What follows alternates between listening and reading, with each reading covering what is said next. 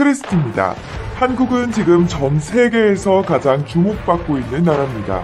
수많은 석학들은 한국에 대해 강의하면서 이제는 한국을 배워야 한다고 말하는데요. 외신들은 한국이 세계에서 가장 혁신적인 나라인 만큼 미래를 경험하고 싶다면 한국으로 가야 한다고 얘기하고 있죠. 세계적인 투자자 짐 로저스도 이제는 중국어보다는 한국어를 배워야 할 때라고 말했습니다. 머지않아 한국이 세계 경제 중심이 될 테니 앞으로 20년간 한국어가 가장 유용한 언어가 될 거라는 분석입니다. 이렇게 한국의 영향력은 전 세계로 뻗어나가고 있는데요. 여기에는 한국의 첨단 기술뿐 아니라 대중문화도 한몫했습니다. 미국에서 멋진 아시아 문화를 일컫는 아시안 쿨의 중심엔 한국이 있는데요. K-팝부터 드라마까지 한국 문화의 특성을 돋보이는 K-콘텐츠가 주목받고 있기 때문입니다.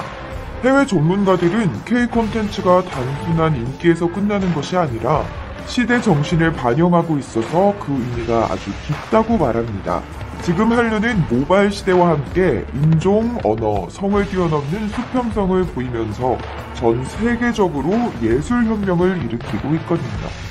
한류의 인기는 성숙한 팬의식으로 이어졌고 한류 팬들은 한국의 역사까지 관심을 두고 배우고 있는 중입니다. 이렇게 한국이 전 세계에 높은 관심을 받고 있는데 우리 바로 옆에 있는 일본은 전 세계 석학들과 유명인들에게 쓴소리만 듣고 있다고 해요. 오늘은 일본이 왜 비판을 받고 있는지 그리고 어떤 점에서 한국과 비교되고 있는지 알아볼까요? 영상 시작 전 좋아요와 구독하기 부탁드립니다. 전 세계적인 베스트셀러 총균세를 쓴 제레드 다이아몬드 교수는 일본이 배워야 할 것을 서울에서 봤다고 했습니다. 이번 코로나 사태를 언급하면서 한국은 극찬하고 일본은 엉망이라고 평가한 건데요. 그러면서 만약 아베 정권이 한국에게 배우는 걸 싫어한다면 결국 북한의 김정은 위원장만 행복해할 거라는 말까지 덧붙였습니다. 세계 3대 투자자 짐 로저스는 코로나 사태가 일어나기 전부터 일본이 망해가고 있다는 발언을 했는데요. 일본은 지금 4명 중 1명이 노인일 정도로 노인 대국이지만 출생자 수는 한 해 90만 명을 밑돌 정도로 적죠. 또 일본의 국가부채는 전 세계 1위입니다. 한 해 국가 예산의 10배가 넘는 1110조 엔이 부채일 정도로 아주 심각한 상황인데 일본 국민들은 이걸 문제 삼지도 않습니다. 그래서 짐 로저스는 일본의 가장 큰 문제로 국민들의 폐쇄성을 꼽습니다. 그러면서 2050년쯤에는 일본이 범죄대국이 될 거란 말을 덧붙였는데요.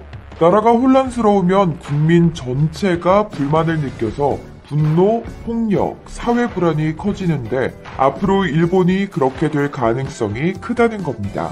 그리고 코로나 사태 이후엔 아베의 대책이 실패했다며 아시아 최악이라고까지 말했습니다. 이렇게 일본이 망해가고 있는 만큼 실제로 짐 로저스는 일본에 관한 주식을 모두 처분했다고 합니다. 짐 로저스는 일본을 강하게 비판했지만 한국은 칭찬하기 바빴습니다. 미래에 가장 흥미로운 곳이 한국일 거라며 한국이 세계 2위의 초강대국으로 부상할 것으로 예측했죠. 이렇게 세계 유명한 석학들과 전문가들은 하나같이 한국이 뜨는 태양이고 일본은 망해가고 있다며 비판합니다. 그리고 이젠 외부가 아닌 일본 내부에서도 비판이 나오고 있는데요. 이번 코로나 사태를 겪으면서 아날로그 행정과 뒤처진 사고방식, 거짓된 통계와 의료체계의 붕괴라는 문제가 모두 적나라하게 드러났기 때문입니다. 이 와중에도 일본엔 코로나19가 다시 퍼지고 있어요. 그런데도 아직 일본 정부는 괜찮다고 말하며 국민들의 건강보다는 경제 살리기에만 신경을 쓰고 있다고 합니다. 어차피 코로나를 통제할 수단 자체가 없으니까요. 일본은 이제 와서야 재택근무를 시행하고 있습니다. 반대로 한국은 일본과는 다르게 이번 코로나 사태에서 K-방역을 통해 세계적으로 투명하고 청정한 국가라는 이미지를 갖게 됐어요. 그래서 해외 경제 분석 전문가들은 앞으로 한국이 중국과 일본을 제치고 포스트 코로나 시대의 첨단 제품 세계 공장이 될 거라고 분석합니다. 한국이 전 세계 경제에 미치는 영향이 더 확대되고 있거든요. 실제로 한국은 모든 나라가 문을 걸어 잠갔을 때도 국격을 닫지 않았습니다. 방역과 경제 두 마리 토끼를 모두 잡은 거죠. 이런 K방역의 힘 덕분에 한국은 코로나 위기 속에서도 선진국 중 가장 뛰어난 경제 성장률을 보였습니다. 실제로 삼성과 SK, LG 같은 한국 기업들은 엄청난 실적을 냈죠. 이렇게 한국 기업들이 성장할수록 일본은 우리를 더 질투하고 있습니다. 일본이 비판받는 건 변화가 없고 폐쇄적이어서 8090의 아날로그에 갇혔기 때문인데 아직도 그걸 깨닫지 못해서인지 사사건건 한국의 발을 걸고 넘어지는 중이거든요. 그럼에도 불구하고 한국 기업의 성장은 계속 이어집니다. 현대자동차는 전 세계 최초로 상용 수소 트럭을 양산하며 전 세계를 깜짝 놀라게 만들었어요. 대부분 미국 기업인 니콜라가 먼저 상용 수소 트럭을 만들지 않을까라고 생각했는데 현대차가 먼저 치고 나가면서 글로벌 시장을 선점했거든요.